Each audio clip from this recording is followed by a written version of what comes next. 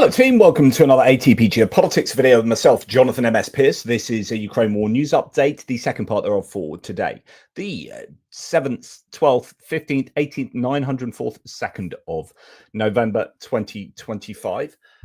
Sorry I'm a little bit late. I said I'd be live a couple of minutes ago, but I got stuck into defending myself against torrents of trolls piling on because Rupert Lowe, former Reform MP, now an independent MP who's batshit crazy like the rest of them, made some erroneous claims about death penalty. There's been this stabbing in the UK, which is horrific, but then everyone has just piled on. It's just horrific on Twitter and other social media places, just horrific at the moment. And people are saying this is all as a result of uncontrolled immigration, and Keir Starmer needs to be exiled and sacked, and there needs to be a civil war, and then all this horrendous stuff. It's like, oh my goodness, uncontrolled immigration. Then Rupert Lowe calling for the death penalty. It's like, do you know that the death penalty doesn't have a deterrent effect? Do you know the number of wrongful convictions? Do you know this? Do you know that? What about considering even things like libertarian free will versus retribution? And anyway, you make some comments that rely on or defer to evidence, like scientific evidence, and people say, oh, we don't need science to do blah blah blah. So now you're advocating just making policy by pulling it out of your ass, non-evidence-based policy making. I mean, is this the state of the world? The world, honestly, like, please, someone regulate the shit out of Twitter, because the torrents of abuse and horrific views coming out, just people advocating murder. They're saying, oh, it's horrible, this murder. And so what happened is two black British citizens, being born in the UK 32 and 35 years ago. So this is not to do with uncontrolled immigration from boats, people coming across as a result of wars in Syria and this and that. No, these are people who are second, I don't know, maybe even third generation, maybe even more, black British citizens. And they're like, this is all uncontrolled immigration, we should shoot the boats. So hang on. Right, we've got some attempted murder over here, which is horrific. Two people have gone trying to stab as many people as possible on a train. We don't know why that happened. We don't know what was going through their heads. Just shut up and chill out, and let the police do their job. But now you're advocating shooting boats coming across the channel. So hang on. The answer to murder is more murder. You're so horrified by murder that you want to go and commit murder. Like, what is the world coming to? Oh my goodness, I'm so upset with just people in general. Like, I just want common decency to prevail. Anyway, that's what I've been doing for the last 10 minutes, and so I just got caught in that little world of trying to stand up for decency, and it turns out that I'm just drowning along with a few other decent people. I don't mean to self-identify myself as decent. That's a bit pompous, but there are so many horrible views online, and then I'm just left thinking, what percentage of those views are real people? Like, I would love to know, or at least the people they purport to be. I'd really love to know that, because I think we should have a select committee hearing in the UK, demand that Elon Musk turns up, and if he doesn't turn up to answer questions, just regulate the crap out of Twitter. And just like Ed Davey from the Lib Dem says, why we should not be considering any contracts going to anything that has anything to do with Elon Musk, and so on and so forth. So anyway, and the problem is I have to hang out there because a bunch of my sources are necessarily on Twitter.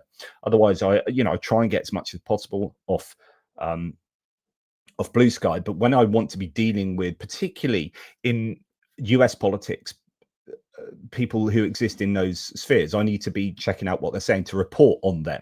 And if I just don't go onto Twitter, then it's really difficult for me to get a handle on the general opinions and the claims going on. So it's easy for people to say, oh, you stop putting money Musk's way by hanging around on Twitter. You shouldn't, blah, blah, blah. But I have to. I just literally have to, because, and with the Ukraine war, there are still a whole bunch of my sources. So a whole bunch went over to Blue Sky, and then some people found there wasn't enough traction on Blue Sky, because what you need for a source, an aggregating source like Twitter or Blue Sky, you need everyone there. And if everyone's not there, then you don't get everything you need. And Blue Sky is this big, Twitter's this big, but it has the range of everyone on there, from politicians to journalists to, you know, corporations to people fighting on the front lines, to this, to that, and so on and so forth. And you know, for someone like me, I need to go to single aggregator sources to get all of my news without having to spend like 5 times the amount of time going to all these different places.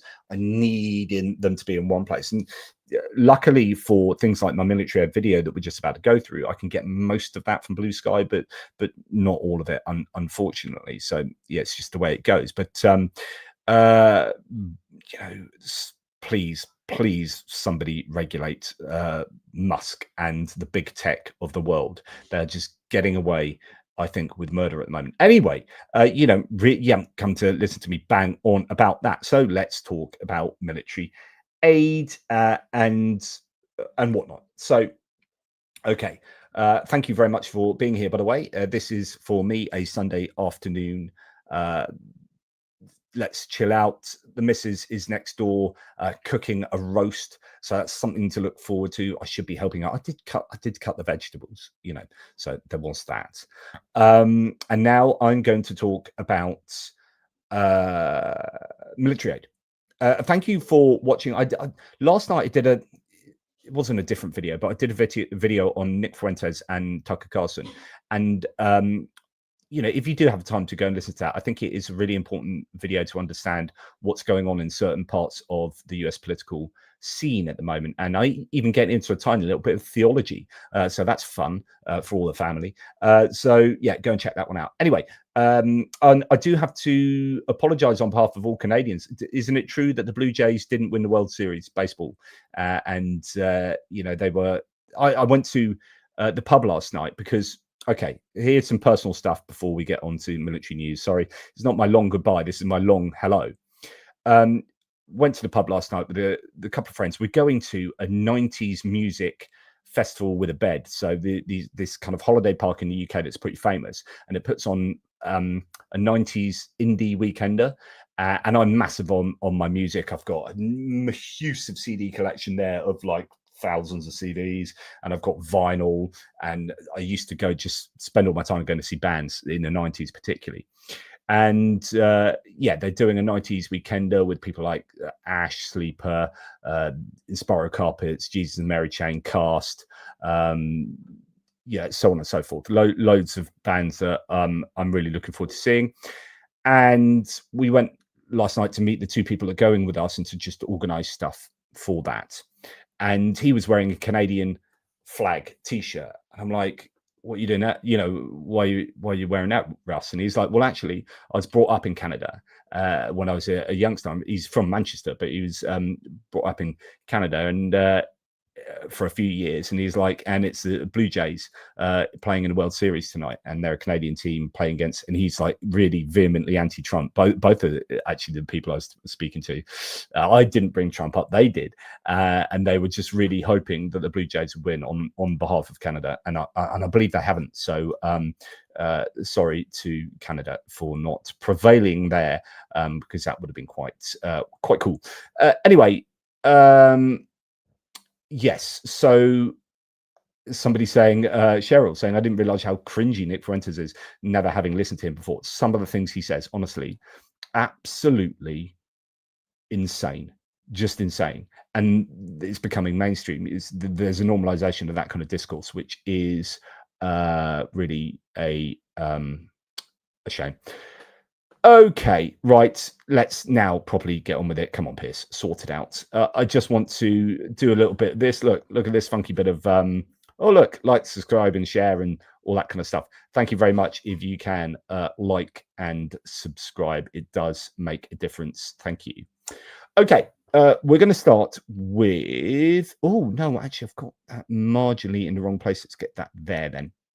Okay, reminder: in the early 2025. early August 2025, there was an announcement for the delivery of 2 MIM-104 Patriot fire units from the Bundeswehr stocks, so the German army stocks in Ukraine, which have largely been financed by Denmark, Lithuania, and Norway. They're scheduled to be completed in the following days. Well, we've actually heard from Zelensky that they have been completed. So he said, "We've strengthened, Zelensky, the Patriot component of the Ukrainian air defense. I thank Germany and personally Federal Chancellor Friedrich Merz for this joint step to protect human lives from Russian terror. For some time, we have been preparing this reinforcement of our air defense, and now the agreements reached have been implemented. I thank everyone who contributed to this effort. Russian airstrikes are Putin's main stake in this war, though through terror, he tries to compensate for his inability to achieve his insane goals on the ground." I love the phraseology here.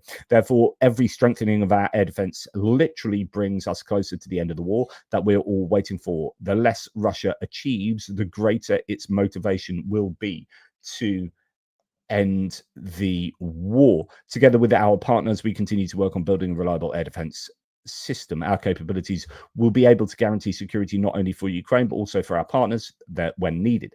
Our security is indivisible, which means our air defense must protect all of us." So talks on further joint steps to strengthen air defense are ongoing, both at the governmental level and directly with the manufacturers of the necessary systems. So that's interesting, talking about working closely with both state movers and shakers, but also the people that make this stuff. Okay, in the coming weeks, it's interesting here. Somebody saying Merz is 10 times better than Scholz. So Scholz, I mean, the problem with the SPD is SPD, yes, not SDP, SPD, yeah, is that they are still somewhat, there's a bit of a hangover of influence from Russia within the party. But I think Scholz just wasn't strong enough. I think, there were things he put in place that Merz is getting some kudos for, and Germany had started moving big time towards supporting Ukraine much more overtly. But Merz has just taken that and he's rolled with it, and he's become really strong in supporting Ukraine. And I'm wondering, actually, so let's have a little think about this. I'm wondering, because I was thinking about this with the UK. The problem in the UK at the moment is that we are absolutely screwed financially. Like every corner that's being turned at the moment is coming to a financial economic dead end. And our Chancellor of the Exchequer, Rachel Reeves, is looking around thinking, where's the money coming from?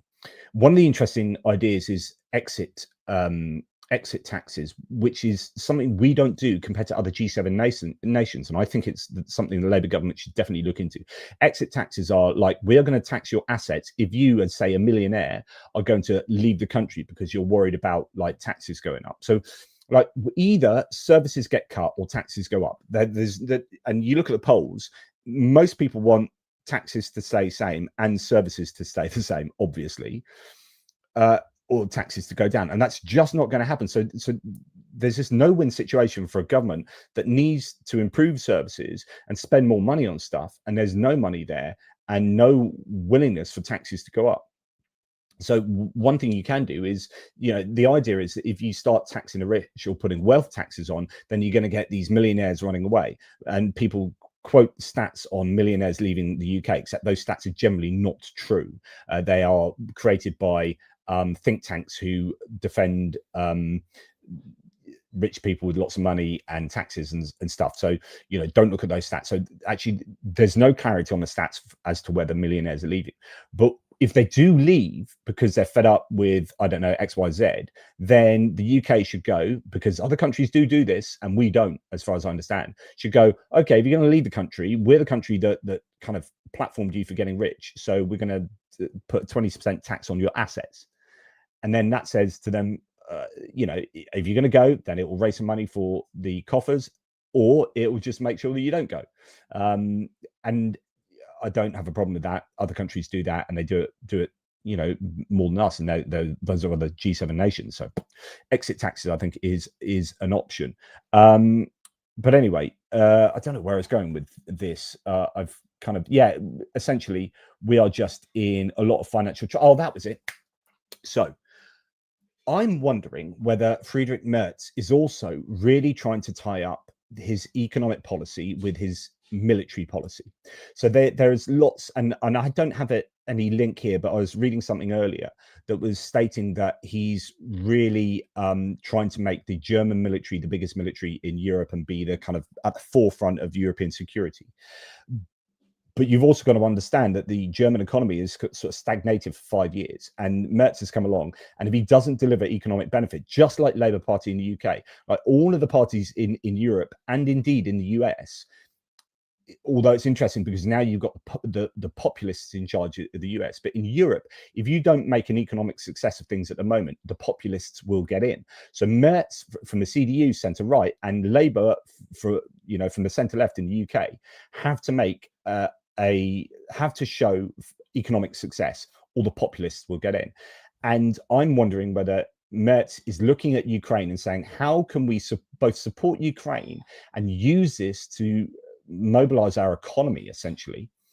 And he's banking on, and it's not, I don't think it's that, like in peacetime, this isn't the best way of stimulating the economy, because I think there's a lot of money that can be sunk into military industrial complex that won't turn into really good stimulus for the economy. I think there are better ways of stimulating the economy. However, in this particular situation, it could be that this is the best way to stimulate the economy. So Germany is going to town on spending, and Poland's done this as well, by the way. And Poland is one of the best economies in Europe, really, they're a real success over the last 15 years, right? So it could be that the UK could decide to do this at the moment. And we've got a housing crisis in the UK where there is not enough housing. And John Healey, the Defence Secretary, has just come out and said, because the MOD, the Ministry of Defence in the UK, owns 1% of the land in the UK. And they're going to rebuy back. So what happened is the Conservative government, to cash cow, typically it's like Thatcher did previously, which is, well, let's privatise loads of stuff, and then that just generates loads of money. But then the problem is 20 years down the line, you're paying for the profits of, so it's this kind of idea that a monopoly that's run by the government, it has lots of inefficiency. So it's an inefficient way of running a business. So then let's sell it off, make a bit of money, and then the private domain can do it more efficiently. Except what then happens is they start making an absolute ton of profit, and you are paying. And they've just done some research on this to show that since 2011, UK taxpayers have paid exorbitant amounts of money in their paying for services to pay for the profits of big corporations, of privatized industries. So that it gets to this point where actually now these industries have been privatized for a long time. They're actually not that efficient, particularly. You look at our water companies that are just absolutely dreadful at the moment. And we are just paying for CEOs of water companies and board members to have exorbitant profits at our expense. And so, there is, anyway, to get back to what I was saying, sorry, so many tangents here, but John Healey, the Defence Secretary, is saying, look, the previous government sold off all of these defence, they're called married quarters. So in the UK or even abroad, so I've lived my dad was in the Navy, right? So we lived in married quarters in Gibraltar and in Hong Kong, but not in the UK. We didn't move around the UK. My dad stayed where we were when we were in the UK. But just down the road from me, just across the road, because I live in a very naval area, there are married quarters. There's a whole estate of married quarters over there, these are houses that you put naval personnel in this case. And what the previous government did is sold a load of those off, made a load of money. Then we don't have married quarters. And then there's, okay, well, what's the accommodation like? Because maybe the size of the armed forces has been shrunk, so you don't need all these houses. But then the quality of the houses that our armed forces are living in is really poor. This all makes sense with regard to, hopefully everything I say just does eventually, the dots do join up in all my tangents.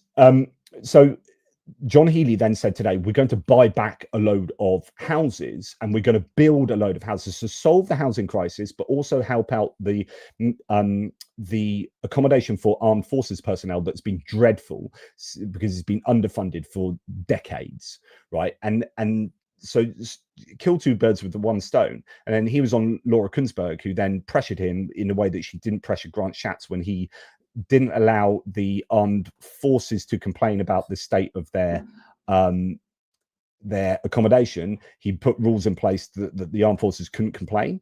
And Laura Kunsberg never said something about that, but she starts trying to push back against John Healey because apparently it's fine for everyone to go to town on Labour, but give like Reform and the Tories just a free pass half the time.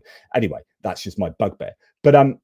But here's like, hang on, mate. He didn't say mate. He said, hang on, the MOD owns 1% of the entire land mass of the UK, right? 1% of the land. So we can do this. And I think it's a really clever thing, which is invest money in the MOD in accommodation, but also help the housing crisis. But then, I think John Healey could take a leaf out of the German and Polish books here but it sounds horrible to say I want a militarization of our society to underwrite an economic growth. But we in the UK are struggling for economic growth. Germany is struggling, and I think they're going to town on building up their defense, also helping out Ukraine. So a load of stuff going to Ukraine, and then renew all the German stuff. But much of that coming from German industry like Rheinmetall and KNDS and blah blah blah. And then that underwrites somewhat a renaissance in the German economy. And I think that at the end of the day, it's what Russia has done. It's what Ukraine is trying to do. But of course, in wartime, it's very different, and you don't want over reliance on that. But it is one way of stimulating the economy. And I just think Germany and Poland are doing it, so UK should probably follow suit to some degree. Anyway. Right, that was a bit of a diversion there. So let's go back to where we were at. In the coming weeks, the European Commission will present alternatives to the reparations loan for Ukraine, according to Euronews. So the Commission is considering 4 different options. So there have been loads of problems here because Belgium doesn't want Euroclear in Belgium or the Belgian government doesn't want to be responsible for all that money going to Ukraine and there being a comeback, and then Belgium being responsible for all that money going to Ukraine. So they want to share that burden. So they put a bit of a veto on frozen Russian assets being directly used to underwrite loans to Ukraine. So now the European Commission is having to come up with different options. An extended reparations loan is one of them. So Euroclear, 185 billion euros. However, the assets amount to about 210 billion euros. This means that about 25 billion euros may remain unaccounted for. The EC could find assets remaining in the EU and add them to its proposal, thereby removing one of Belgium's key objections. But if euros are held in private accounts, the principle of banking secrecy could complicate the task. Another option is a joint debt without assets. So if the Belgians insist on their refusal, the European Commission's plan for loans will collapse and it will have to look elsewhere for funds. One option is the financial markets. The EC could issue new debt on behalf of all member states to support a new loan for Ukraine. But you've got to be able to use these frozen Russian assets. Bilateral agreements, the action at EU level does not bring results. If it doesn't bring results, bilateral agreements between countries could be a possible option. And then a bridge loan. If the issue drags on until next year, the EU could settle on a bridge loan, small loan covering Ukraine's most urgent needs for 6 months. But you really desperately need to be able to use the frozen Russian assets in one way or another. Please, please, please. Okay, now we are going to look at the Italian aid going to Ukraine. So this is a small thread. Another convoy of Italian VCC-1s and M548s was recently spotted being transported via rail. So we've seen a few of these. These are kind of essentially vehicles that are similar-ish to the M113s, different sort of support vehicles and whatnot. These, like the previous one seen some weeks ago, are on their way to Ukraine. Italian aid will likely continue for the foreseeable future. Also, John P. shared with me a very interesting video which showcases what is still in the Lenta military graveyard. So there are other things that could go, but they might need a bit of work, as you can see here. This is a bit like the deep storage yards or graveyards, if you like, of the Russian equipment that have been cannibalized and refurbished and whatnot over the past 3.5 years. So there are quite a few bits and pieces that could well still go. But yeah, more surprisingly, more B1 Centauros have now showed up. According to one source, they should be relatively new additions. If these end up disappearing in the future as possible, they'll make their way to Ukraine. We've already seen, and we're going to see this in a second, B1 Centauros have ended up, these are a bit like the AMX RC-10s that the French gave, these wheeled light tanks, if you like, with 105mm, I think, rifle barrels. These have ended up in Ukraine already, but some of them are turning up at these storage sites in Italy. So you can imagine more could go. A lot of VCC-1s are stored, are still stored. These will likely eventually make their way to Ukraine. These were part of a pledge for aid reported some months ago. Thankfully, they seem to be in good condition, so perhaps they won't require a major overhaul before being sent. So these are actually under at least some kind of cover, and there look to be quite a lot of them. Right, so good news.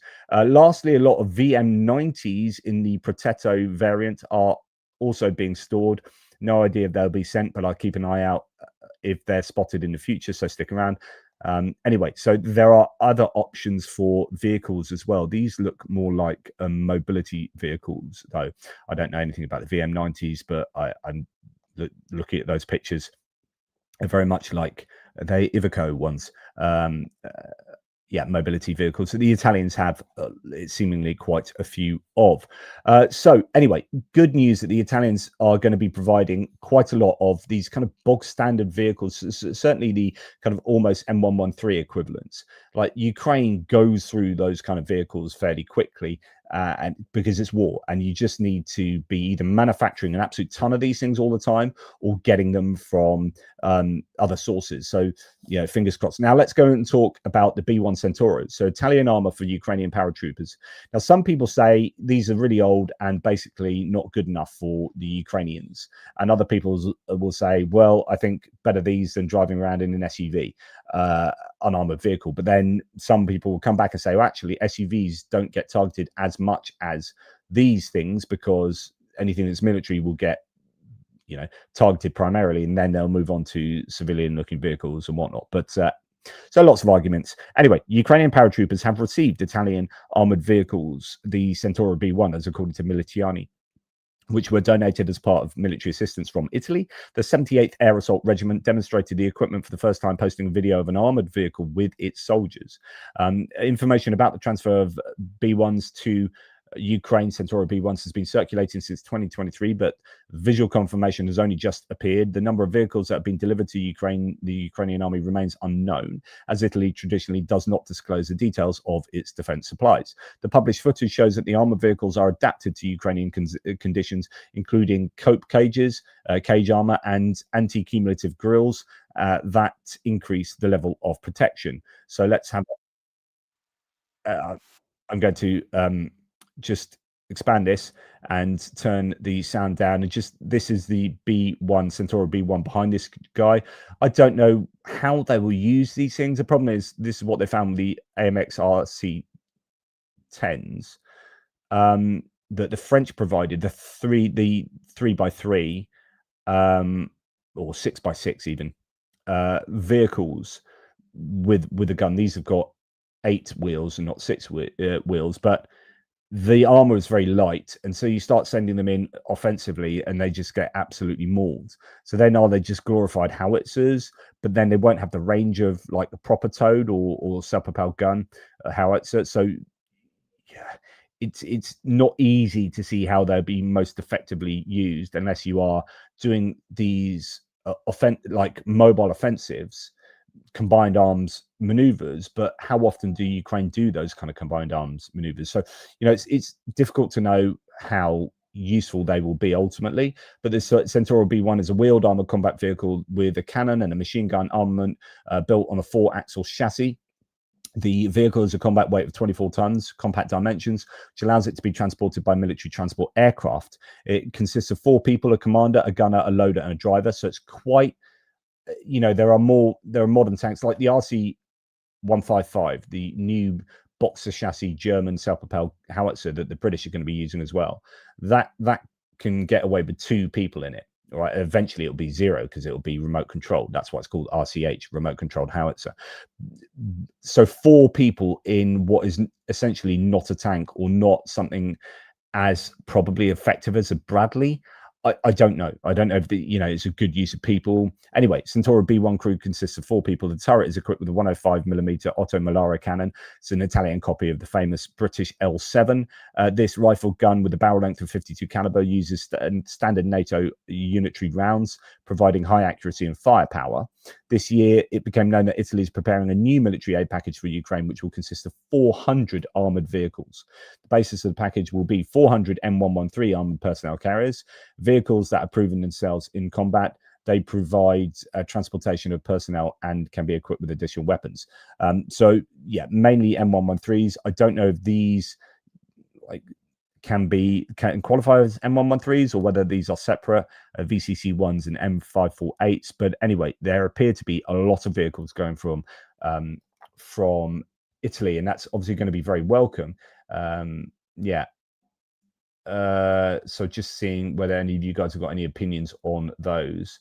So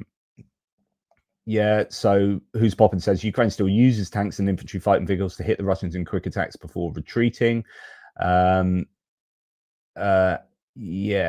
not sure if there's any other opinions on that. So we'll have it'll be interesting to see how it all pans out with those sorts of vehicles. Right. Okay. Moving on, the Netherlands has put 10 million euros into a UK cyber program for Ukraine, with Dutch foreign minister calling Russian attacks hybrid military campaign threatening European security. About 37.8 million this week, dollars this week, Cyber plus Energy, treating Ukraine's infrastructure defense as the European front line. So it's in everyone's best interest that Ukraine fights Russia on the cyber and information front as much as kinetically. And indeed, members of the Tallinn Mechanism have pledged 60 million euros this year to boost Ukraine's cyber resilience. Launched in late 2023, the initiative has now provided over 240 million euros in support. The funding focuses on training, centers of excellence, and countering daily cyber attacks linked to Russia's war. So lots of effort in that domain, and I think that is super, super important. Canada's Foreign Minister, Anita Anand, has announced an early disbursement of $10 million to help repair Ukraine's energy infrastructure. In addition, Canada is speeding up the final $70 million payment to Ukraine's energy support fund. So that's about something's already been pledged, but getting there quicker. And a 10 million, imminently is brilliant. And then 70 million even quicker than they're hoping. Otherwise, Canada, as mentioned here, is fast-tracked $50 million. So I don't know whether these are Canadian dollars mentioned in Noel Reports' piece there. Anyway, Euromud Press, $50 million in natural gas compressors, or this might be something completely separate. So Canada has just fast-tracked $50 million in natural gas compressors to Ukraine's Kharkiv Oblast, weeks ahead of schedule. The acceleration answers Russia's intensified attacks on energy facilities as winter approaches, part of Moscow's annual strategy to weaponize the cold. So good news from Canada. Oh, Canada. Thank you. Sorry, I know my singing voice is almost too beautiful. Ireland and Estonia are jointly renovating an ICU. That's an intensive care unit at the Berdichev Hospital in Zhytomyr Oblast. Their $1.8 million project trains 50 medical staff and restores critical care for 168,000 people, including 4,000 plus displaced near a strategic highway. This is where countries like Ireland, less so Estonia very much involved in military aid and all sorts of aid because they're right on the front line of Europe, really, against Russia. But Ireland are one of these countries that are neutral, and therefore giving military aid to Ukraine is not seen as the I need to put my computer glasses on, as not seen as the done thing so much as giving humanitarian aid. And humanitarian aid is so for countries like this, and it's same with it's really the same with Switzerland, Austria, but then also interestingly Hungary. Right? If Hungary are being really difficult about any military aid, and even Czech Republic at the moment, Czechia, if they're not going to give any, they're going to be really strong on not giving military aid, then do you know what? Like I've said to you many times before, two sides of a square. If you guys concentrate solely on humanitarian aid, it's not you're going to give no aid to Ukraine, it's that all your aid is going to be humanitarian. And then Britain and Germany and France don't bother giving any humanitarian aid, which is like, we don't need to do that because you guys are doing that. So the end result is still the same. It's a zero sum. Like, you know, the more humanitarian aid that's given, the less humanitarian aid we're going to give, but you're going to give no military aid and we're going to give lots more military aid. And the idea is that you still get to where you were going to get to, which is together, all of us, allies of Ukraine, can give what Ukraine needs. So we don't need to criticize like nations who only give humanitarian aid. Is basically my point. As long as they give enough humanitarian aid, right? As long as it's to the tune of the military aid that other nations are giving. That's not immediately clear.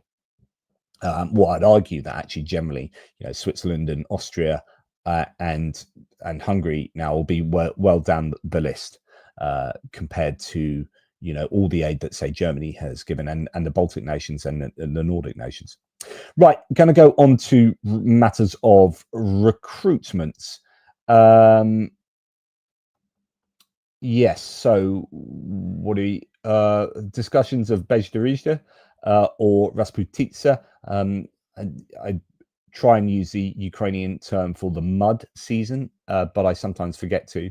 But yeah, Bezdarija is the correct term rather than Rasputitsa. But actually, even in Ukraine, I think they generally use the term Rasputitsa more often than not. But anyway, yeah, it should always be an attempt to use the Ukrainian terminology if at all possible. Anyway, right, Unmanned Systems Forces Commander Robert Magyar-Brovdi has officially announced the recruitment to the drone systems forces of over 15,000 positions. Many of them will be civilian specialities. I think he said half of them will be for civilians with the requisite skills to do these particular jobs.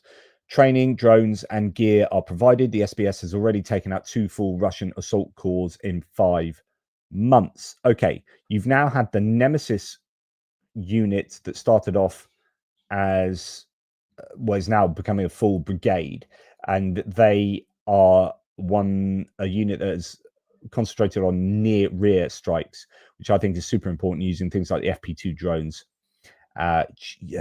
They've just got to produce the crap out of FP2 drones. 200 kilometer, 200 kilometer range, 105 kilogram warheads. You need to be battering the crud out of all of these placements and installations and everything. So you got those kind of drones, and you've got, I mean, the problem is at the moment is you need frontline drone operators, FPV drones, Baba Yaga drones, drone bombers, and all of that. And there aren't enough operators. And then you've got the near rear 200 kilometer drones, and now you've got interceptor drones coming online. So this is a new thing, but you need the people. So you can produce as many of these as you like. Sorry, my chair always goes down and I keep sinking into the ground. I need a new chair. So it's great to say, right, you know, like I keep saying, the UK are producing, what is it, 2,000 interceptor drones a month or whatever it is, and the Ukrainians are looking at what they're at the moment, 500 to 600 a day, and they're looking maybe to 1,000 a day, and then, you know, you've got other nations chipping in as well. So yeah, brilliant. Okay, let's have 1,000. Let's say you've got 1,000 interceptor drones a day. Well, how many people do you need to fire 1,000 a day?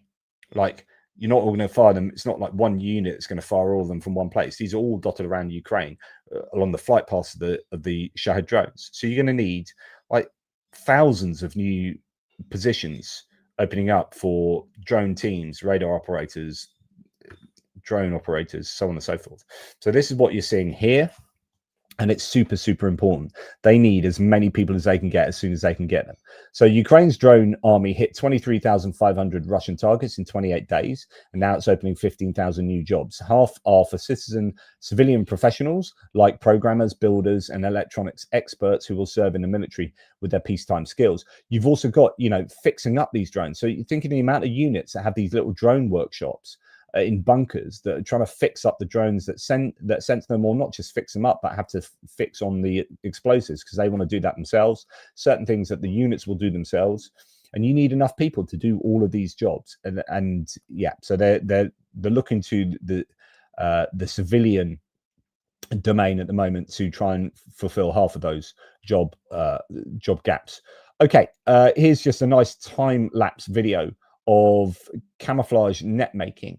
It's a video of Ukrainian volunteers, and they do this because they can save soldiers' lives. Thanks to the nets, our fighters become invisible to the enemy, and each tied knot is like a charm. So that's lovely, isn't it?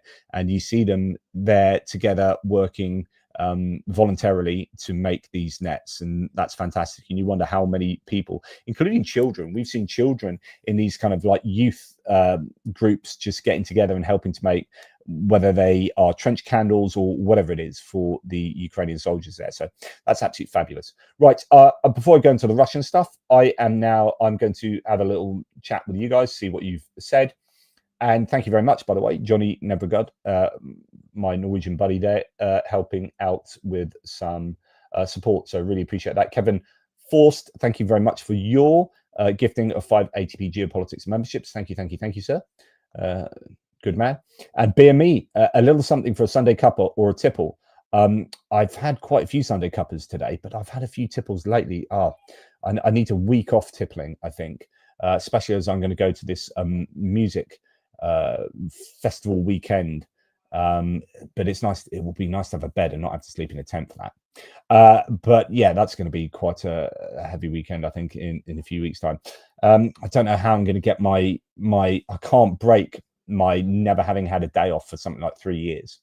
I need to be able to have, there is Wi-Fi in the places. I'm going to have to groggily wake up and do some hits and losses in between seeing my favorite bands. Zeb Carter, thank you. Always a pleasure, never a chore. Thank you very much for your support. Ronnie, Grunching here. Promise me you won't feed the Twitter trolls again. It's the problem is there's something in me that is just, I can't help it. And if someone attacks something I say, I have to defend myself. But the problem is I'm thinking, you're not a real person. Like, this is just wasting my time. But there is something just that obliges me to do so, that I have to fight really hard not to respond to criticisms. It's just my nature. Joe Hales, keep up the good old work. Thanks so much, as always.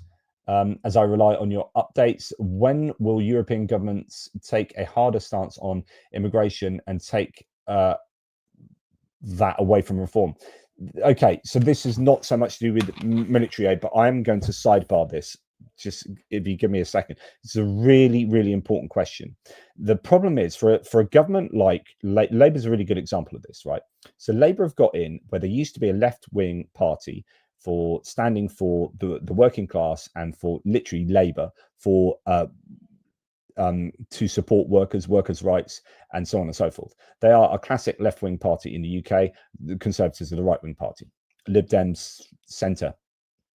The Green Party now populist left, Reform now populist right.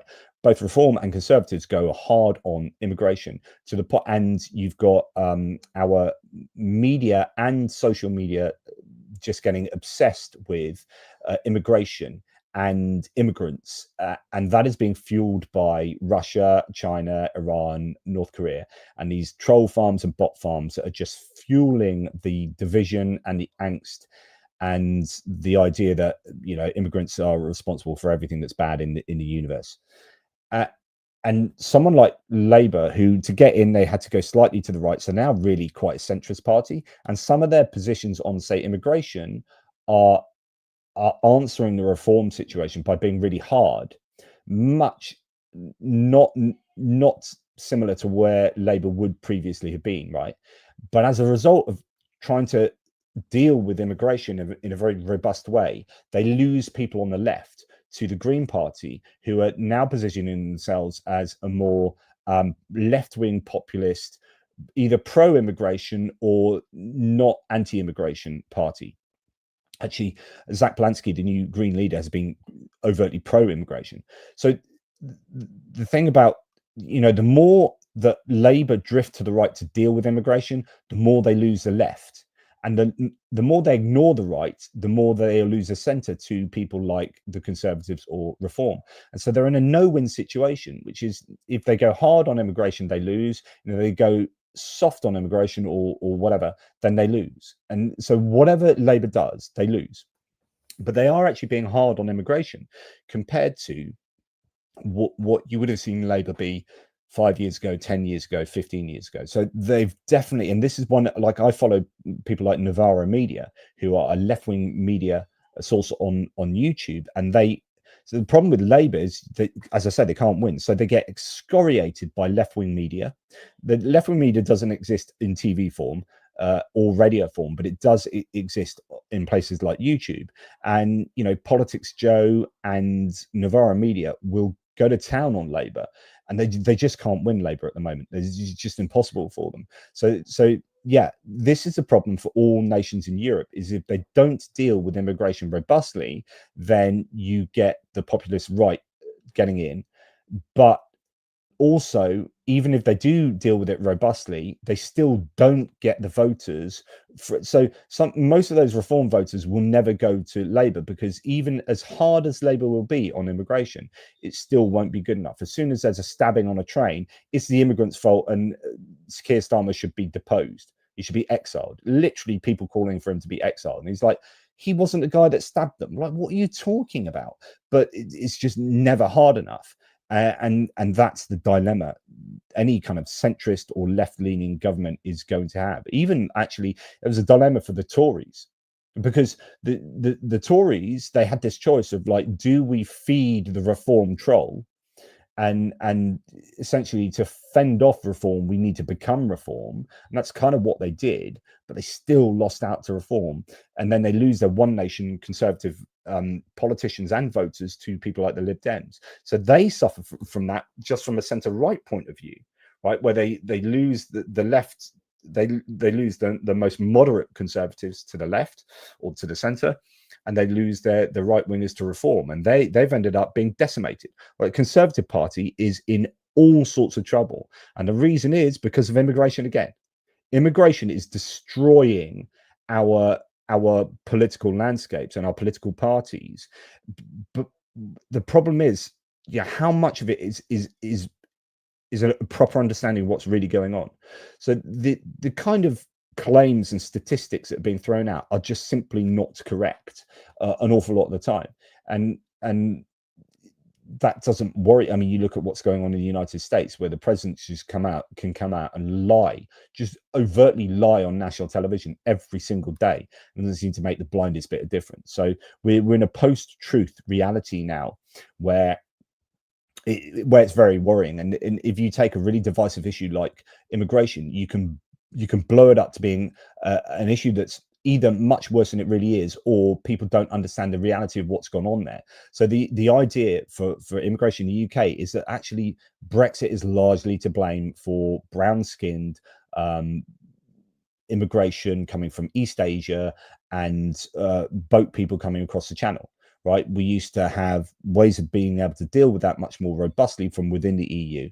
And if you look at our immigration stats, they ballooned after we stopped taking Eastern Europeans in, or European migrants, through the Schengen sort of agreement, or the free movement of people agreement, and then replace them with actually legal migration broadly from East Asia, to fulfill like NHS student visas that turned into work visas, NHS, a care sector, like, because we wanted to do it cheaply, and we wanted to take doctors and nurses that were already trained up abroad and not have to train them up ourselves. So it saves all these costs. We go and nick them from the Philippines and wherever else, and then we employ them here. But it was exacerbated by Brexit, and you know, that is unfortunately a situation that people don't understand. So there's so much misinformation and disinformation about this that it's really frustrating. It's like, well, and you can see people like the Lib Dems and Labour starting to try and deal with this by calling the boat people, or the boats that bring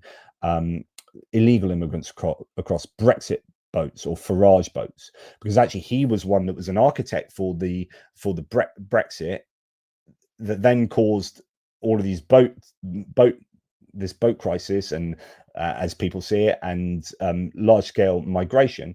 He was the architect of what brought that about, and now he's the one fanning the flames and blaming everyone else for the situation that we're in. And actually, that was broadly his fault. So, yeah, don't get me started. Oh, you've got me started, and I've gone on and on. Anyway, thank you to all of you supporting. Let's get to 100,000 subscribers, please. That'd be good for my son Oscar. He would appreciate me as a father. Then I'd be a real YouTuber then, and not just this fake, boring geopolitical dude. Mark Biscuit, total legend, over in Canada. In one moment, I'm sure Putin is being denied the truth of the battlefield, and in the next, I cannot fathom the fiend would not know absolutely everything. After almost 4 years, I'm still not certain what the reality is. Welcome to my world, and you've seen this with me. I've done whole videos on I don't think Putin knows what he's talking about, and that whole Varanio thing. I did that, and it appears to be the case that, well, it's certainly the case that they're feeding mis or disinformation to the American administration. So the Trump administration is getting stuff from Russia that is wrong. The question is, do they know at the top of the Russian administration whether they are wrong or not? And we've seen in the background maps from Gerasimov that show an incorrect assessment of what's going on the front line. Is that itself disinformation? Or is that representative of the fact that the idea that the top of the Kremlin don't know what's going on the front lines, because they're being all the way up? It's like lies. We need to pretend that we need to claim that we've taken this village, even though we haven't, because otherwise X, Y, Z will happen. So we put this false report in, and they put this false report in, blah, blah, blah, blah, blah. And it gets to the top. And then at some point, someone actually believes the BS that's otherwise kind of well understood as being BS as it goes up the chain. But at some point, people seem to believe it. Or does everyone understand it's BS? And are they using it as a kind of, as disinformation rather than misinformation? So, yeah, I understand it's Mark. Can we really believe that Putin doesn't quite know what's going on the front line? And I am inclined to believe he doesn't, because he didn't know that Ukraine would put up the resistance it did when he attacked. How can you not know? Supposedly having one of the best intelligence services in the world, the FSB, they're dab hands at this. They've been doing this for years, right? How could he have? And they genuinely did think that the Ukrainians would meet them with open arms and bunches of flowers. They literally told. So here's the thing, Mark and others. The Russians, we know they literally told their initial waves of troops this, because this is what the troops said, which means that, okay, either the Russian command is telling their troops a lie, but why would you tell them a lie only for them to have to go into battle rather than be met with open arms and bunches of flowers? You don't tell these people and then give them 5 days of rationing, give them parade uniforms, and give them plans that look exactly like you think there's going to be a capitulation within 3 days. And you don't tell these people that they're going to be met with open arms unless you believe it, because all of that, it would be ridiculous to say they're going to meet you with open arms. Here, go and drive over there towards them, and then they're met with howitzers and machine guns. You're like, no, well, I was just trying to fool you for a laugh. Turns out you're dead now because they didn't meet you with open arms. So obviously that's ridiculous. So the Russian command at the beginning of the war got it wrong. They 100% got it wrong. Now, is this because actually the Ukrainians did pull it out of the bag? If it wasn't for Hostomel, if it wasn't for a couple of things, like a kind of a botched suppression of enemy air defense, and other things that the Russians did wrong or the Ukrainians did particularly well in stopping. So if it wasn't for Hostomel, maybe it would have gone the way that the Russians were planning in a 3-day special military operation. But it did go wrong. And I think, while there might be some element of well, you couldn't have predicted that, or, the Russian forces just cocked up in the way that they were supposed to have done that, I just think actually largely they got the intelligence wrong. And if they got the intelligence wrong, then we've got a good reason to think they can still be getting the intelligence wrong now. And almost 4 years into this war, I do get this, Mark, but I'm towards the side of, I don't think right at the top they've got a full grasp of what's going on. I think they believe their own BS to a degree. But great comment, and thanks for your continued support, mate. Really appreciate it. Goose, super late to the stream, JP, but my spidey senses told me that you were talking about UK politics. I cannot see them go full gammon until I watch the whole thing back, but thanks for another great stream. Thanks, Goose. I know we don't see eye to eye, but I appreciate your support. I really, really do. The Tories deserve to fail as an electoral force for all their lies and corruption. Interesting. Cameron promised immigration in the tens of thousands without being able to, or intending to achieve that. That's a really good point. And actually part of what the Tories got wrong was put a number on it, and you'll see that people now will not put numbers on immigration. So what happened is David Cameron, when he was a Conservative Prime Minister, promised, what was it, that he would get immigration down to the tens of thousands, and immigration, then there was Brexit, and then immigration ballooned, and he just absolutely did not achieve that. And as a result, people see the kind of rightly the Tories in terms of that as kind of either lying or just, you know, promising the moon on a stick and not being able to deliver. So yeah. Daryl, thanks, mate, for your continued support. Really appreciate it.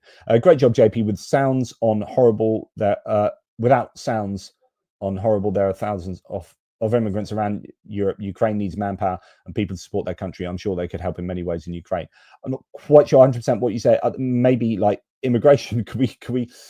I mean, at the very least, my opinion has been this for some time, is that Ukraine needs people from abroad to help them out, because that's how Russia has got by without completely capitulating. I think if it wasn't for one, North Korea, two, for thousands of foreign people co-opted into their military, Russia would be in serious trouble now. I think they are in serious trouble anyway, but they would, if it wasn't for North Korea, honestly, Kursk would have been, I think, quite different.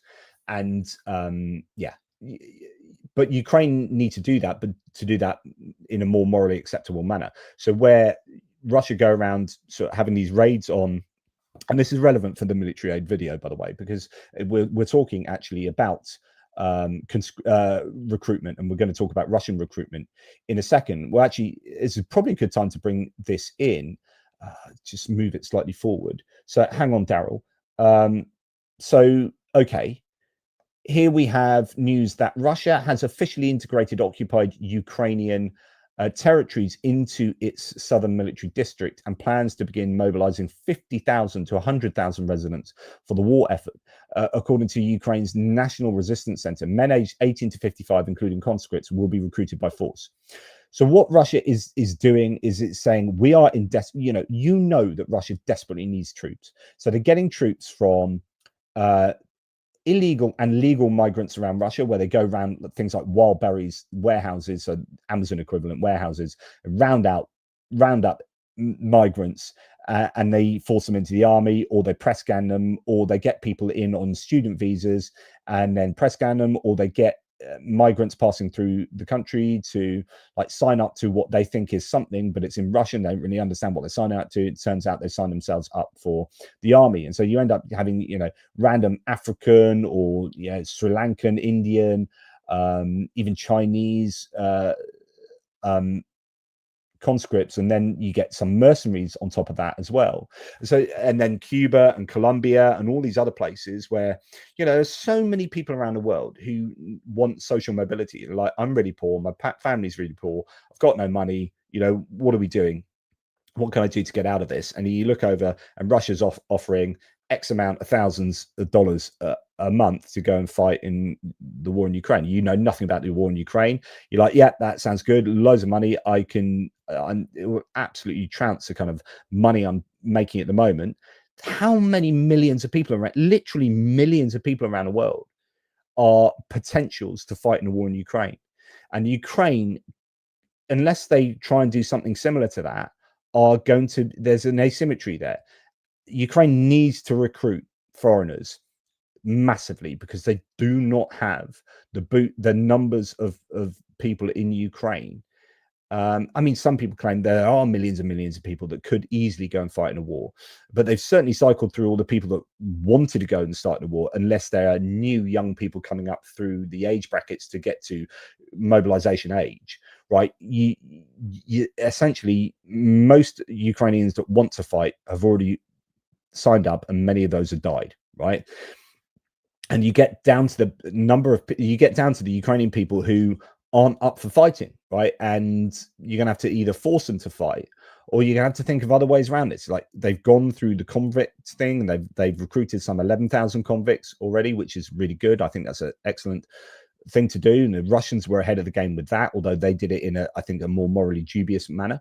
But rather, like, they've done that with convicts. The Ukrainians have followed suit there. Can the Ukrainians recruit foreigners in a way that is morally more acceptable, but also fills the gaps? There are so many boots on the ground needs for Ukraine. It's just insane. But as for whether there are ways of being able to get immigrants to fight, I mean, whatever you do, it should be morally appropriate, and it shouldn't be forced. You shouldn't be fooled. You shouldn't be press ganged.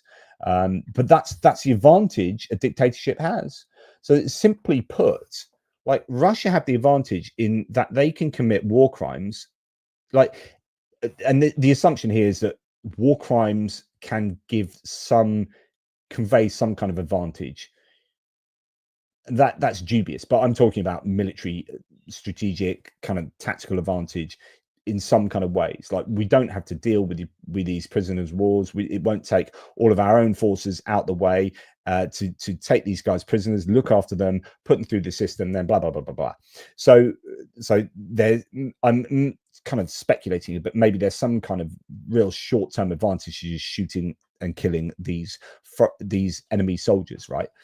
Now, that's horrific, but Russia don't care. Like, they can either take them as prisoners or shoot them. Like, they don't have to consider morality at all, right? And when it, with regard to press ganging people into the armed forces, illegal or legal migrants or whoever it is, drunks, convicts, or whatever, they're just like, we can do that because we're a dictatorship, and who cares? And actually, people already think that we're complete bastards, so it doesn't really make a difference. The Ukrainians start doing stuff like that, then at the very least, it gets out into the public spaces, and nations are going to be looking at Ukraine doing these morally dubious things and saying, we're not going to support you anymore. Like, we're giving you money because you're standing up for what's good and right and proper and democracy and freedom, and now you're committing all these war crimes. No, we're not giving you any money. So Ukraine have to adhere. Not only, hopefully, would they want to adhere to the rules of war and to moral and ethical guidelines,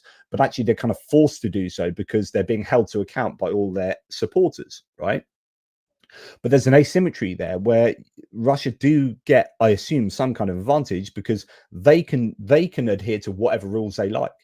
There's nothing constraining them. If we want to do that, we can do it. We don't want to do that, we don't have to do it. We can be moral and ethical. We don't have to be moral and ethical. And that gives them a greater range of things that they can do. And Ukraine have a narrower range of things they can do because they're adhering to the moral laws, mores, and norms. And there is an advantage, I think, that Russia can convey from that situation, and that there's a disadvantage for Ukraine, which kind of sucks. But I mean, it's great that they are being moral, and that's why we do support them, right? And I would want them to continue that for all time. However, how do they overcome that disadvantage? Well, they need to work really hard, I think, to get more troops from abroad in a morally decent way. Goose, JP, we accepted more under the Dublin Convention than we deported, and the Boris wave was a political choice by Boris to make the FT like me again. They let in so many to prevent inflation post-COVID. I mean, immigration is intrinsically linked to the economy oftentimes, particularly in, say, the United States. We accepted more under the Dublin Convention. Dublin Convention is the way we in the EU, you can send people back to the original country that what they came in the EU. Now we're out the EU, we can't send those migrants back, but it acted as a deterrent, and we know that. Like Goose, there's a long form article in the New Statesman. Ollie Dugmore, I think, might have had something to do with it. He was talking about it the other day, saying they went to not Calais, it's the next place down. What used to be the Calais jungle, it's now another place where all the migrants that are trying to get to the UK then go to France, and they all hang around this one place, and there's this kind of makeshift camp. And he said we spoke to them all, and every single migrant apart from one said that the reason they were there is because the UK were no longer in a Dublin Convention. Literally every single migrant but one that they interviewed used the Dublin Convention as the rationale for them being at this camp and trying to get over to the UK. So the Dublin Convention, at least according to that data point, was definitely a deterrent. So the ability for us to be able to send people back to work from where they came from, or when they originally came through into the EU. We can't do that now. And so therefore, this is why Keir Starmer initially, when he got in, was trying to do deals with Germany and France with regard to how do we deal with trafficking gangs, how do we deal with sending people back to European countries, so on and so forth. It's like if we don't have agreements, then we're screwed. Like we need to have agreements, bilateral agreements with individual European countries, or I guess the EU as a whole. Like we wouldn't be in this bind if we were still in the EU, because we would have a arrangement, and we did have agreements with all of these countries. And actually, if you looked at the boat problem we have, it is subsequent to Brexit, like I said earlier. So yeah.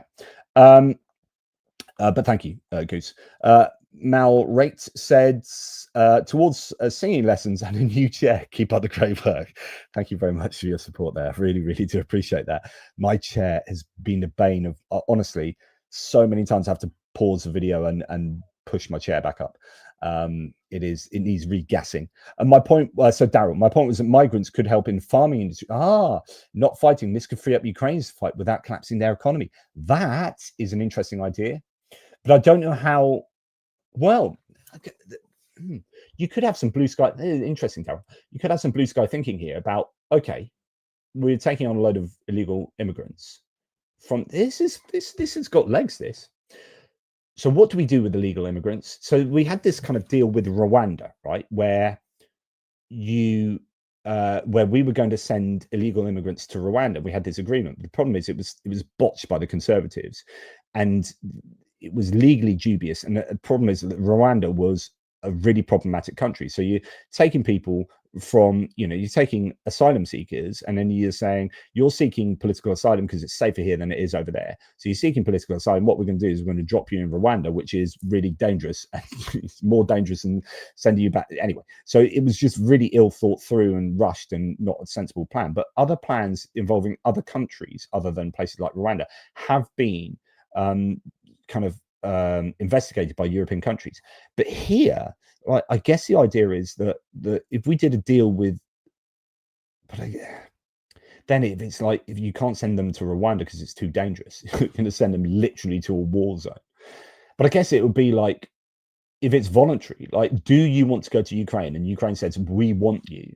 And then they take in like migrant workforces to free up people to go and fight on the front. I don't know. It's an interesting idea. I need to think about that more. It had to be voluntary, and it had to be like fine with all parties concerned. But you can certainly see some kind of advantage to that. Interesting. Okay. Goose Springsteen, hey JP, bonus thought experiment, but if you were Ukrainian and had a son approaching conscription age, would you expect them to leave or fight? Would I expect them? Well, I'd expect them to do whatever they wanted to do. So I would hope that here's the thing, like, I would hope they don't die, right? And they've got more chance of dying if they go and fight in Ukraine than if they left the country. So I'd understand their motivation from a self-preservation point of view to leave the country, but also I would hope that they fought for the country. So then I guess there's this middle, and I'm just thinking about abstract to that, of course, like, you would hope that your child, that everyone would go and fight for their country, right, in this particular situation. But then you know, I'm just trying to put myself in a really human situation. So then I'd be like, mate, you need to go and fight for the army. You need to defend this country. I'm too old. I've got MS or whatever, but you need to go and fight. How about joining a drone crew, of intercept drone crew? Do you know what I mean? So therefore, I guess the kind of cop out, a bit of a cop out, is go and fight in a way that's slightly less dangerous than being an infantryman in the trenches. And that's the problem, is that infantrymen in the trenches, it's like, who would want to actually be fighting in a job in a way that your chance of dying is much higher than if you fight in all these other ways? I'd be like, go and at least be a pilot, helicopter pilot, or even like try being a jet pilot, because although I wonder what the percentage chance there is, but there are many ways that you can fight for your country, isn't it? And it's not just being an infantryman on the front line, but there is this sense that, goodness me, if I'm going to be put in the trenches on the front line, then my chances of dying are like well higher than if I'm an interceptor drone operator in the Zhytomyr region.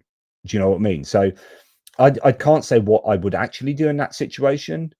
I mean, it wouldn't be my choice anyway. It would be my son's choice in this thought experiment. I would hope, I don't expect it's an interesting term there. I would hope that they would stay in Ukraine and they would fight. And that would be what they would want to do. But from a father's point of view, if they were to fight, I would hope that they were fighting in a role that was safer for them than in I wouldn't want them to go and do the most dangerous thing, right? Like, because that'd be kind of weird. I want you to do the thing that's most likely going to end up getting you killed. So I think I'd naturally probably want them to fight for Ukraine, but in a way that's, in a command bunker, or in a this, or here, or over there, or in a way that you're fighting, but I'm probably going to see you for the next 3 Christmases in one way or another. I hope that's honest enough there, and answers the question. Interview Monte Marda. I don't know who this is. She's right up your alley. Thanks, Lagmaster, and thanks for your support there. I honestly don't know who that is. So let me know, and I'll look into it. So I'm just trying to work out whether, like, if what I've said is controversial, people agree or disagree. Oh, interesting. Paul Gilbert said, my son was offered work operating drones in Ukraine, but having a Russian mum made it too difficult for him. Interesting, Paul. Nice bit to throw in there. Okay, right. So let's now go to finish off the video with our sort of Russian stuff here. As I've already mentioned, they are looking at conscripting 50 to 100,000 residents. And if they successfully do that, then that is already 50 to 100,000 people that the Ukrainians have to kill. And not only that, they'll be killing fellow Ukrainians. Well, that's horrific. And this is the asymmetry of the situation, that Russia is able to pull from way more people than the Ukrainians. So yeah, again, this is a real challenge for the Ukrainians. Right, in terms of drone recruitment, we've heard that Magyar is looking at getting 15,000. Well, Rubicon, which is a Magyar equivalent, is looking at doing a similar thing here. Well, at least they're putting out a really like high production value kind of advert here. I mean, a lot of it's AI these days, isn't it? Russia's Rubicon Center recruitment ad showing DJI quadcopters, FPV drones attacking Western tanks and heavy multi-rotor drones, and a glimpse of the USV operated by this unit. That's an unmanned surface vehicle. The voiceover says the future arrived yesterday, become a part of it. That's quite a cool tagline, I have to admit. But Rubicon are a big problem for the Ukrainians, and they are obviously trying to recruit drone operators to cause the Ukrainians even more of a headache there. The Russian government, says Chris Owicki, is to implement what it calls a dronification rating for Russia's regions, in which they will be assessed for their success in producing drones. However, as Russian war blogger and military informant warns, it's ripe for cheating and perverse incentives. The dronification rating of regions developed by the MOD, the Ministry of Digital Development and the Agency for Strategic Initiatives.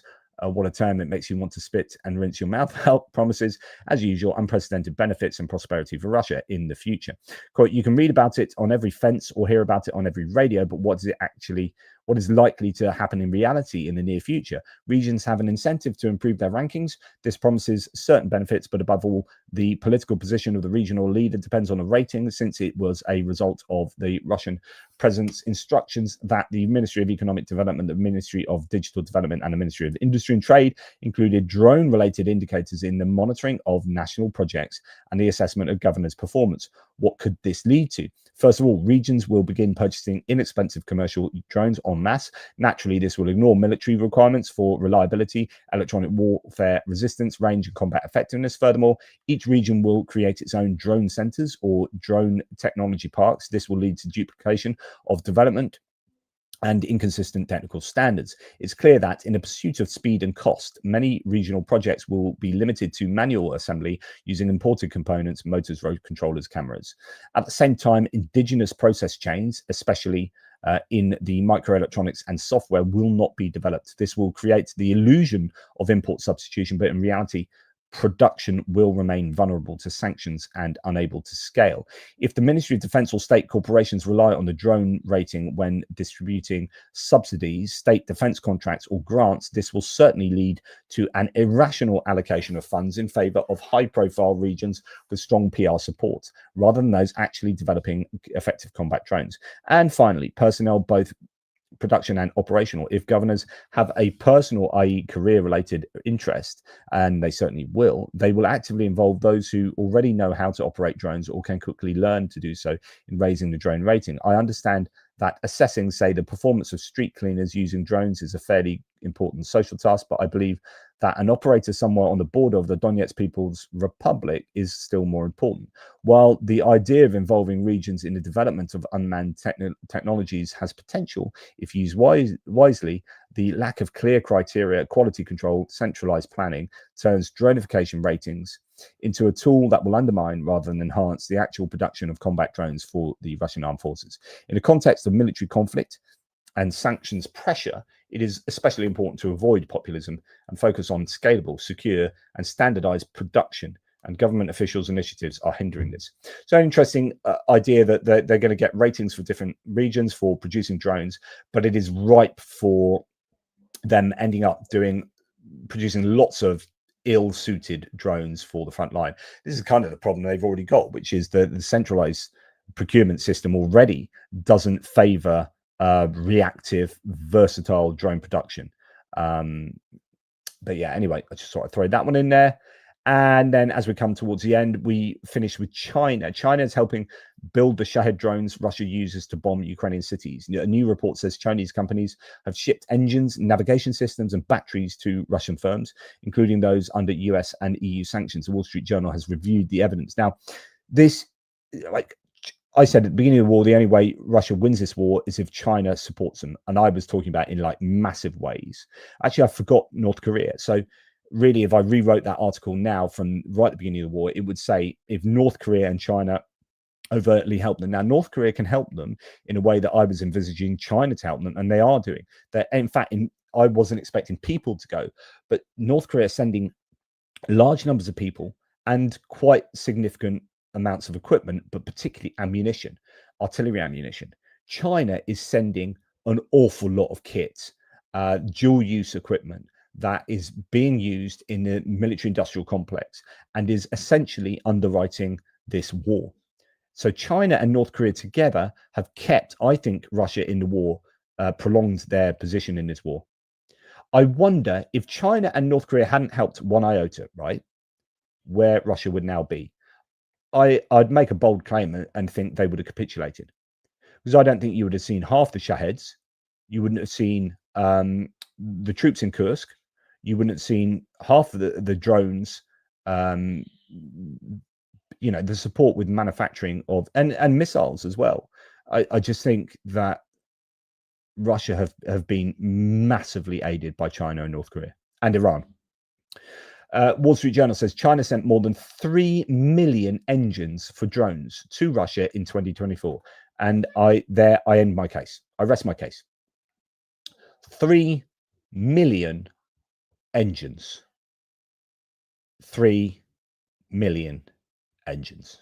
This is stated in reports for the US State Department and European governments. The supplier is Shenzhen Kiosk Electronic. The recipient is Moscow-based Rustakt LLC, which makes FPV drones.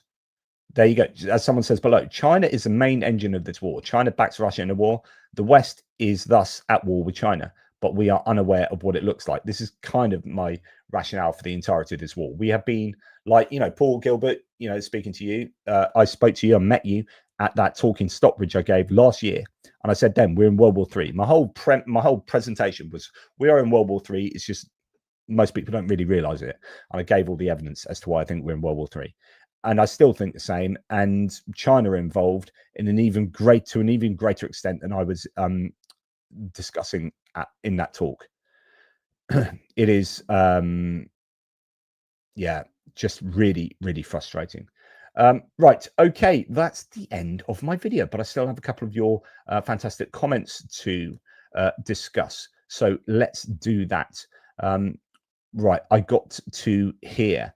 Goose Springsteen coming back on the immigration topic. Sorry for the spam. If the Dublin Convention worked, France would be sending their illegals to Spain, Italy, and Greece. Also, the boat route was a response to the truck route being cracked down on. I mean, the problem is there are so many variables going on here.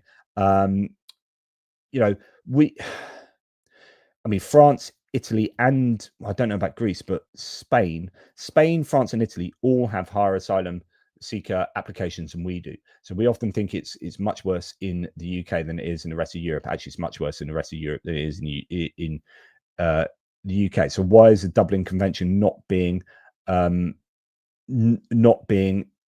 invoked in those cases? And actually, I'd need to look into that. So that's quite an interesting point. We need to, and I think our media needs to play a much bigger role in showing that Russia is responsible as well for making matters worse. So there are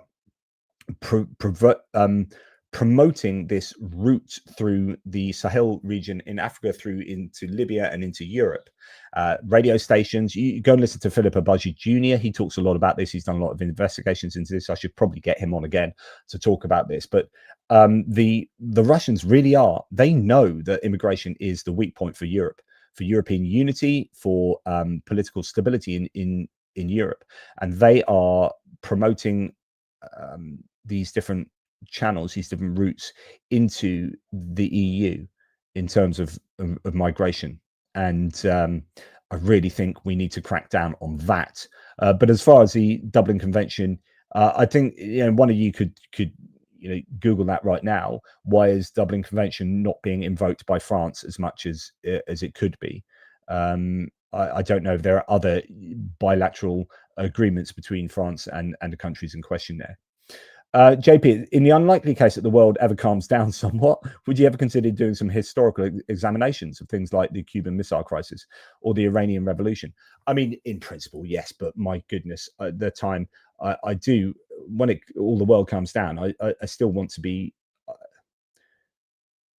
I've invested so much time in geopolitics that so much of my philosophical knowledge has now just literally gone out my head, and I think sometimes that I was trying to think of some philosophers earlier today that I knew about previously that wrote on these particular topics that I was just having a little think about, and I couldn't remember. I could remember one of them out of about 6 I was trying to remember.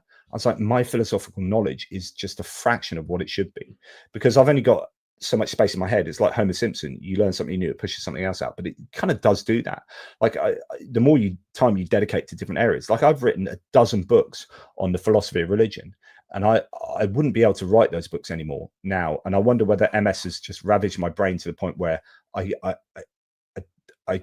just don't know as much stuff as I did, or whether I've just spent too much time pushing other stuff out of my head and replacing it with geopolitics.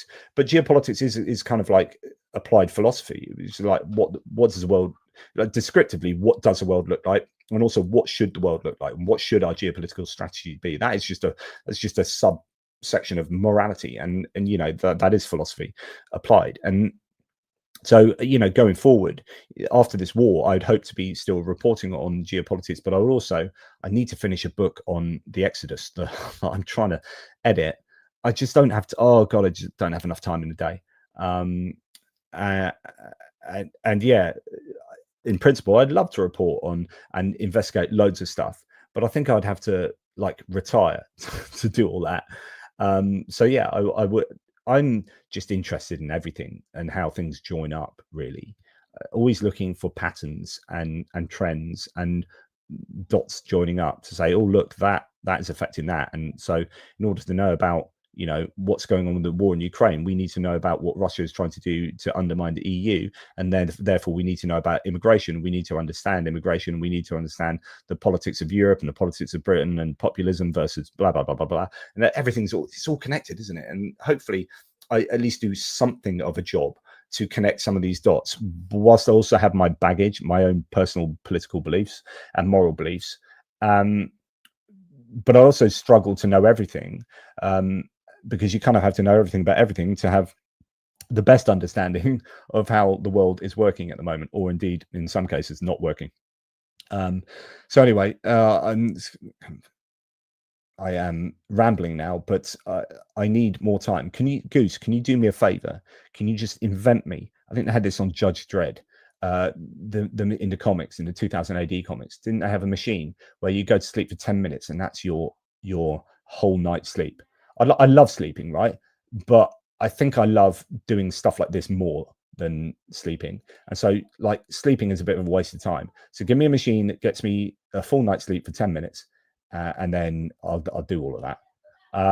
Wizard Ruse, good to have you on board. ATP live stream. It must be tea o'clock. It is always tea o'clock. You know that. Goose, last one. But to what extent does Ukraine rely on the same Chinese supply trains for? Yeah, okay, this is a good point. But apparently China are constricting supply of drone components to Ukraine. But yeah, Ukraine also relies on that. But what China get are much more than just drone components to Russia. They get all engine, turbofan engine, all sorts of whatever it is, engines for larger drones. And yes, there is a great reliance on components for FPV drones and Mavic style drones, etc., from Russia. But there's so much more that Russia provides to, China. But there's so much more that China provides to Russia in terms of supporting the military industrial complex than they get to Ukraine. So there is definitely an asymmetry there. If they really wanted to help Russia, wouldn't they try to crack down on supplying Ukraine? They are. So this is happening at the moment. I reported this the other day. So as I said at the beginning of this answer, they are constraining Ukraine's supply, the supply of drone components to Ukraine at the moment, and it is definitely a challenge. I don't have that data to hand. Previous videos I've talked about this. I wonder if that is anywhere. China drone Ukraine. Sorry, I don't think I'm going to be able to search this up for you.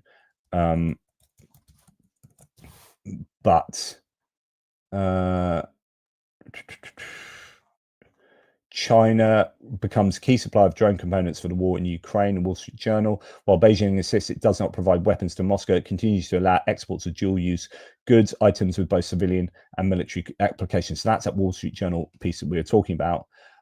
China secretly supplies, drone engines to Russia. But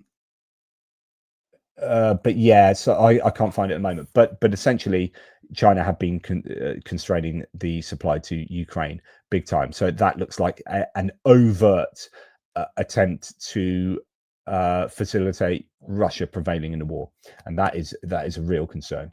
If China really want to get behind Russia and have them win in the war, I think you're seeing China just push the envelope with each passing month in how much they support Ukraine, how much they support Russia, and that is a deep concern to me. But thanks, Goose. Paul, why are there more retired members of the UK Supreme Court than currently serving? A comparison to the US system would be helpful for many. I don't know the answer to that. It might be to do with the rules of serving. I mean, the US Supreme Court, the problem there, and this is the people argue there should be term limits to the US Supreme Court, because basically you get them in and they're there for 25 years until they die.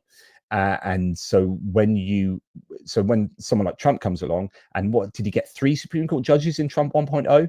Absolutely amazing. A return on investment for those wanting, because some people argue that this has completely changed the subject. Some people argue that voting a political party or president in is effectively really about voting in Supreme Court justices. That's the ultimate thing they can do, because the Supreme Court is the ultimate arbiter of the laws and rules of the country. And so if you can get the most conservative or the most liberal, whatever your mindset is, Supreme Court in place, then that is what essentially facilitates you changing the course of the country. There's a 6-3 Republican or conservative to liberal justice situation at the moment with the Supreme Court. And that is partially why Trump's now got immunity. They're testing all sorts of things. The Supreme Court is generally coming to Trump's aid and has done for some time, because it's got that 6-3 majority, and they're going to serve until they die. I don't know what the situation is in the UK, but it is not the case in the US. It's why people are calling for term limits in the US, because you can just basically skew the party, skew the country, skew the moral direction of the country for a generation, and that is pretty huge. But I don't know about the comparison there. So yeah, I probably need to do that at some point. The US government says David L is unrecognizable, is an unrecognizable autocracy. I am unbelievably worried about the state of play in the US at the moment. I think it's far worse than people really give it credit for being. It is a truly worrying situation there right now, and every single domain of US government is being affected by a growing autocracy there. Okay, thank you very much to everybody. Yeah, Kevin Force. After the war, Jonathan needs to host an online virtual pub where we sit around and drink Guinness and talk about philosophy, religion, and history. Mate, I often talk about this. So the reason I'm called ATP Geopolitics is because of A Tippling Philosopher being originally my blog name, and then kind of my moniker, and then I start my YouTube channel, A Tippling Philosopher. And that comes from the Tippling Philosophers. We're trying to resurrect it at the moment. My mate Rob has got that. In fact, on Monday, I might be having a discussion on my other A Tippling Philosopher channel that's pertinent to this, which is what is nationalism? Can you have a healthy nationalism?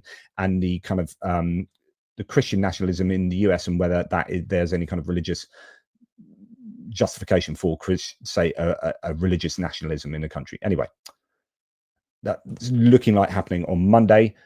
But I used to say to Rob and the other two, so we used to meet like once a month when we were much younger and without families, and we'd discuss certain topics in a pub, and we'd say take like Taoism or the resurrection of Jesus as is claimed, and we'd go to town on that topic, right? And we'd pick it apart, and you'd have like Rob used to be a conservative, sort of at the time when we started, a conservative Christian. He's less so now, interesting position now. I am an atheist, and we had all people from all different sort of positions, and we'd sit around and debate the crap out of stuff, and I freaking love it. And so I used to say to Rob and others, like, honestly, if heaven were to exist, which it doesn't in my worldview, but if it was to exist, it should be sitting around for eternity discussing philosophy and politics with a good pint. And that's just my idea of heaven, literally. So when Kevin says after the war, let's have what Kevin is doing there is just essentially allowing me to partake in my version of heaven. So I'm up for it, Kevin. I'm sure I'm up for it. That is, so the idea of, not the idea, but what my channel here, ATP Geopolitics, has ended up being is, and hopefully you get this, is like I talk to you not in some highfalutin way, because I can't do that. I just talk to you as if we're mates down a pub, and I basically just vomit on into the virtual world the inside of my brain, but in a way that's like we're mates down a pub. And there it is. And so Kevin, yeah, I'm up for that, let's do it. So but it probably will involve me then just drinking too much, and I need to stop doing that. Like atypical philosopher, I need to just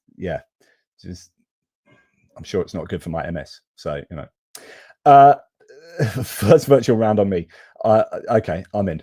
Right. Anyway, that's enough from me. You've heard enough from me. I think my partner's already served up the roast, and my family have eaten it. And I've been talking to you for too long, so I'm probably going to be in trouble. So wish me luck. Take care, everybody.